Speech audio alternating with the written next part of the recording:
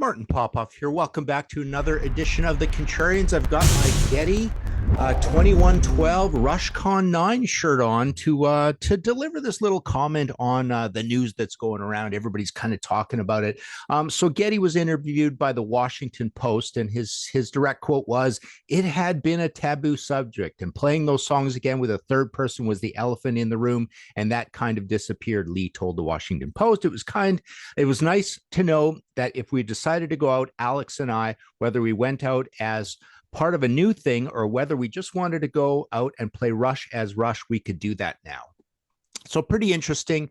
I thought it was funny to, I thought it was worthwhile to comment on this because yesterday I also saw that, one of the Rush Facebook pages says this topic is now forbidden. We don't want to talk about this. If something wasn't made, to talk about on Facebook, that's better than this, I don't know what is. So I thought this was pretty funny, and I've gotten a little arguments with people joking around kind of thing on it. So I just wanted to weigh in as well. People are saying, what would you want them to do, sort of thing, right? And one thing that I think my answer on this is the same as with my answer for anybody on this, right? We're usually discussing and debating lead singers, right? We got to talk about lead singers here as well. So what I think would be cool to do, and what I would like to see, I mean, who cares what I think, kind of thing, but I think a lot of the validity of doing this kind of thing is making a studio album or two, kind of thing, right? So let's go there first of all. I mean, what do you call this thing, right? I think it would be, I shot back on Facebook, it's just answered these guys almost to get a rise out of them, sort of thing, like, what do you call this thing, right? And I think I said you could call the band Neil Peart, or the Neil Peart Band, or you could call it Russ, right? I think that would fit sort of their sense of humor on this whole thing, but I don't know. I mean, are we going to call this thing Rush? So I think one of the interesting things is that, say you went and made a studio album, right? So number one, you've got no problem with Getty's voice aging. We know it was kind of on the decline. I mean, who knows? Getty's like a Superman, right? So he probably, there's a chance that he might defy all the odds, and having this long rest, his voice might be really good, or might be really good for some live performances, but not go crazy, kind of thing. But putting that aside for a second, say these guys went and made a studio album, right? So you get another drummer in or whatever, and we could talk about who. I don't even want to talk about who that would be. But let's just say that they made a studio album and they even called it Rush, right? I think it would be really interesting, and the fans would love to see a lyrical collaboration between Getty and Alex, maybe 75% Getty, 25% Alex. We all know these guys have lived really long, interesting lives, right? I mean, Getty's out with his autobiography right now, right? And people are loving, reliving, the events of his life with him again, right?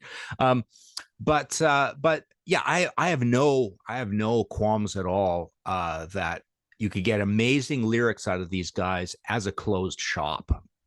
So that takes care of, that would be a really interesting thing, and another, validation to call this thing Rush.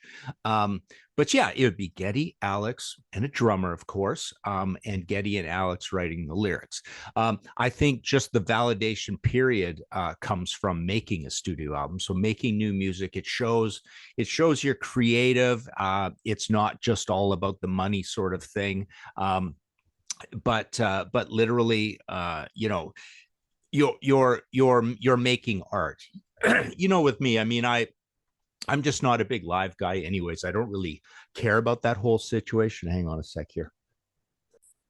But yeah, I think that is the coolest thing they could do. Is I would love to see a Rush album or two, right? And we all know the whole thing with vocals. I mean, Geddy could sound amazing in the studio. Just add a little studio trickery or whatever, but don't go too far. You saw my review of the Rolling Stones, and we know the Ozzy situation in that. So these things can be abused, but no, I mean, they could make an amazing studio album. It'd be super interesting. People would love to see what they do.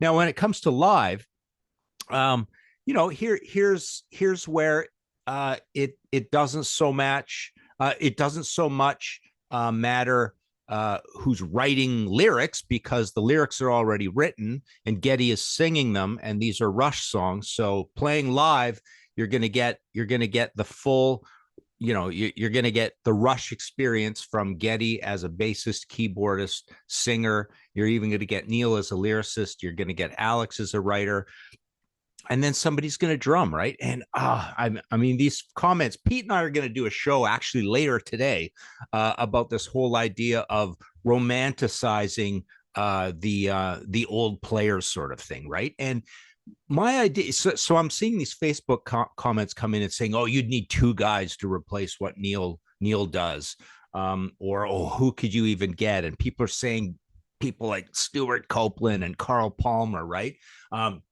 Which I don't think Carl's one of the few people. There's what I said is like there's probably 1,000 people that we don't even know the name of, who could play 150% of what Neil plays, or even write parts that are 150% in terms of difficulty level that Neil does, or go out on stage and play those things. And I always have a hard time with this name, but YouTube sensation, right? El Estepario Siberiano, right? Jorge Garrido from Spain, right?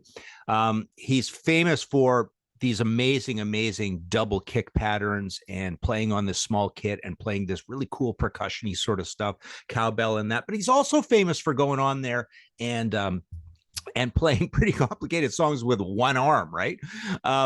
So it's pretty cool, and then in he's sipping coffee with his other hand and stuff, right? So it just kind of drives home the point. And then you look at today's super complex deathcore metal. The drummers out there are amazing. Drumming has advanced by leaps and bounds. I mean, that is just not an issue at all.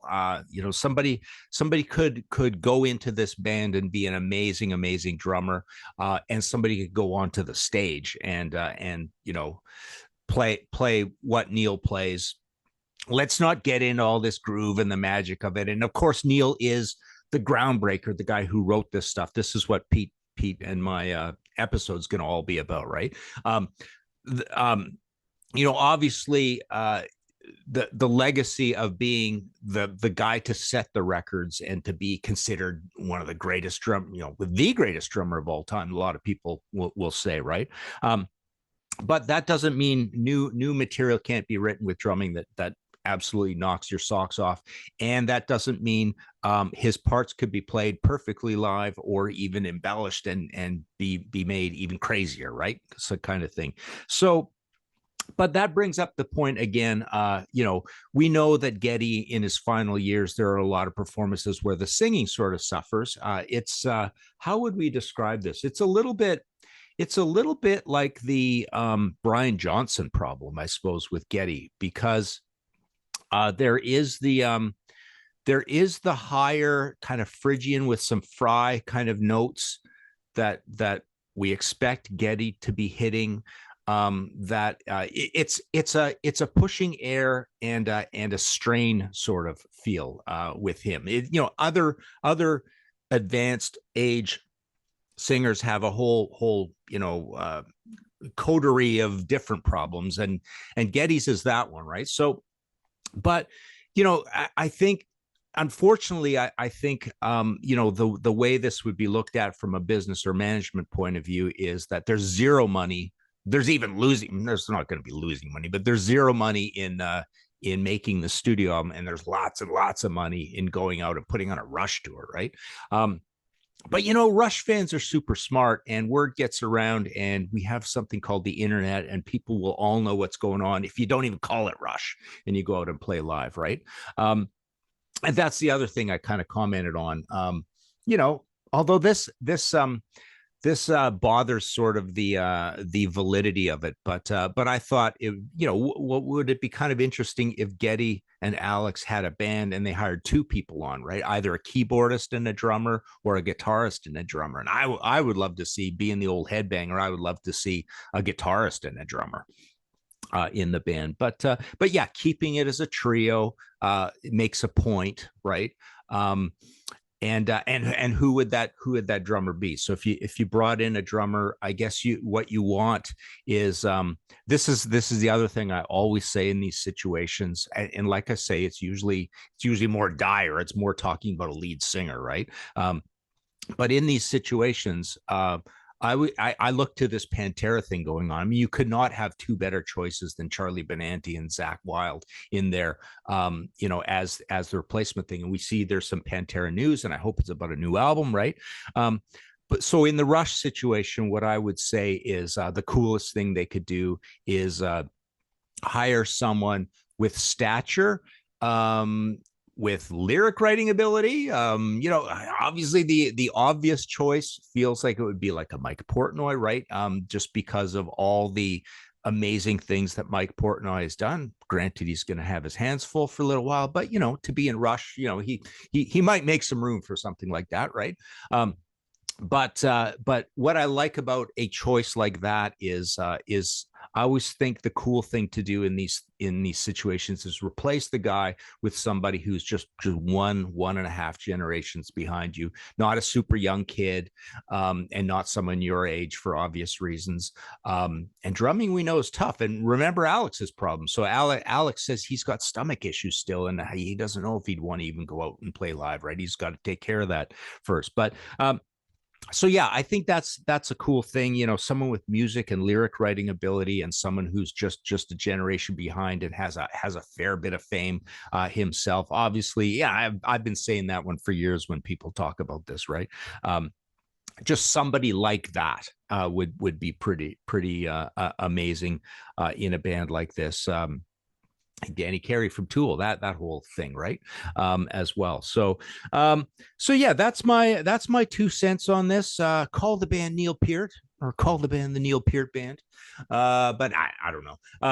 But yeah, I think the ideal situation that I would, if I had my druthers, the ideal situation for me is don't even think about the live legacy now, but make a studio album, right? Make a Rush studio album. That would be really cool. I think that would be the best first step. Everybody can do that. Geddy can sing that. Alex can work on that and be in comfort with his health. And it's just an amazing, cool, classy thing to do. It's certainly a cooler thing to leave behind for the world than going out and playing live, right? Granted, the live thing lives on in YouTube or whatever, but I mean, a studio album would be totally amazing. So yeah, just to wrap up, the bottom line would be I would love to see an album from these guys under the name Rush, with Geddy and Alex writing all the lyrics and writing all the music, no outside anything. I don't even know if, I think you let the drummer in on the writing process as well, but not too much. And that guy is Mike Portnoy. There you go.